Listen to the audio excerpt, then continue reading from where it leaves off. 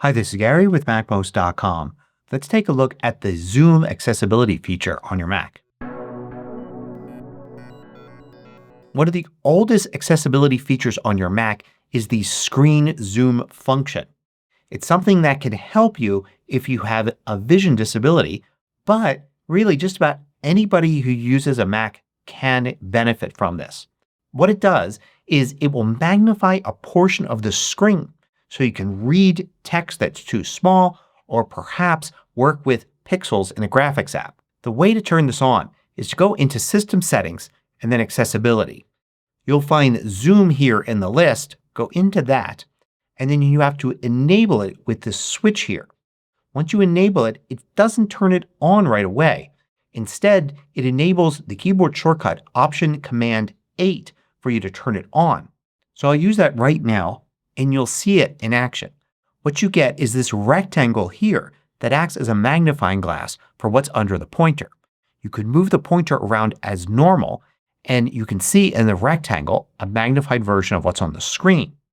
So you could easily read text even if it's very small and work with pixel precision. You can do everything that you can do normally this way. So if you want to toggle a switch, for instance, just go to the switch and click it. You can see how it works. You can move windows around. You can even access the menus the same way. And you can adjust the zoom amount. If you look here you can see the keyboard shortcuts, Option Command and then the plus or minus keys on your Mac's keyboard. They allow you to zoom out to make the magnification a little less or zoom in to make it even more. And to toggle it off just use the same Option Command 8 and it will go away. You can also use a trackpad gesture to turn this on and off, and scrolling on the trackpad will also allow you to zoom in and out. You can set a modifier key to handle that so it's not confused with regular scrolling gestures on your trackpad. You can also change the size of the magnification area. So you can click on Size and Location here and now you can drag the rectangle there. You can make it more of a square area and make it a lot smaller if you want to. Click OK and now when you use it it's going to use that size right there. You also get to choose other ways that things are magnified. For instance, you can choose Split Screen. Now a portion of the screen, in this case the right side here, will be used as the magnified area.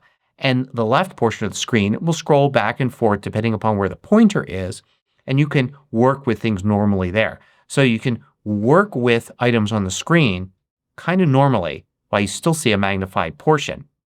If you go to Size and Location here, you can change how much of the screen is used for this and even drag the entire thing to the top, left, bottom, or right if you want. You can also go to Full Screen. When you do Full Screen, the entire screen is used as the magnifying area. So you just see a portion of the screen. You can zoom in and out as before so you can have just a slight magnification like this. And then you can toggle on and off just as normal. So a lot of people like to use the picture-in-picture version of this, but full screen is actually pretty useful as well, especially if you just toggle it on when you need it and toggle it off when you're done. If you find these videos valuable, consider joining the more than 3,000 others that support MacMost through Patreon. You get exclusive content, course discounts, and more. You can read about it at MacMost.com/Patreon. There are a ton of other options under Advanced. Which advanced settings are shown depends on which zoom style you have chosen. So for instance, for picture-in-picture, you've got the option here to keep the picture-in-picture window stationary. So now when you zoom in, the rectangle stays in the same place.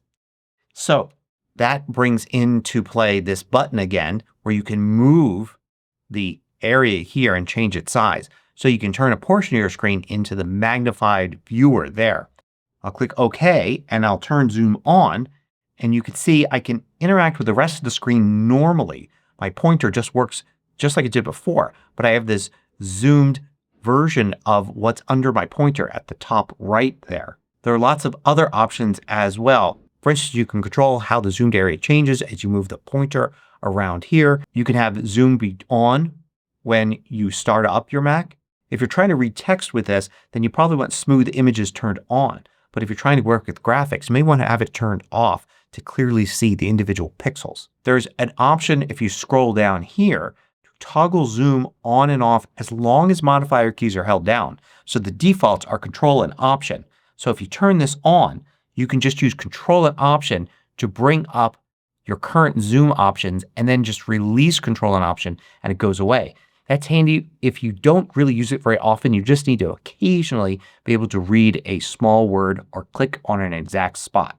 But as I mentioned, the advanced settings available change if you've got another zoom style on. So with full screen zoom, you're going to see different things here. For instance, this setting here allows you to toggle between full screen and picture-in-picture with a keyboard shortcut. Another thing you can do is if you have full screen zoom style, you can choose a secondary display to be your magnifier. So your main display just looks and acts normally all the time, but the secondary display, that acts as the magnified area and you would just glance over at that screen if you ever needed to see things larger. So there are a lot of different options. If you've never used this before, I encourage you to play around with it. Practice with the Option Command 8 to turn it on and then off again, and then try to use it to read small text as it comes up. Hope you found this useful. Thanks for watching. Want to know about every new MACMOST video each week? Sign up for the absolutely free MACMOST email newsletter at macmost.com/newsletter.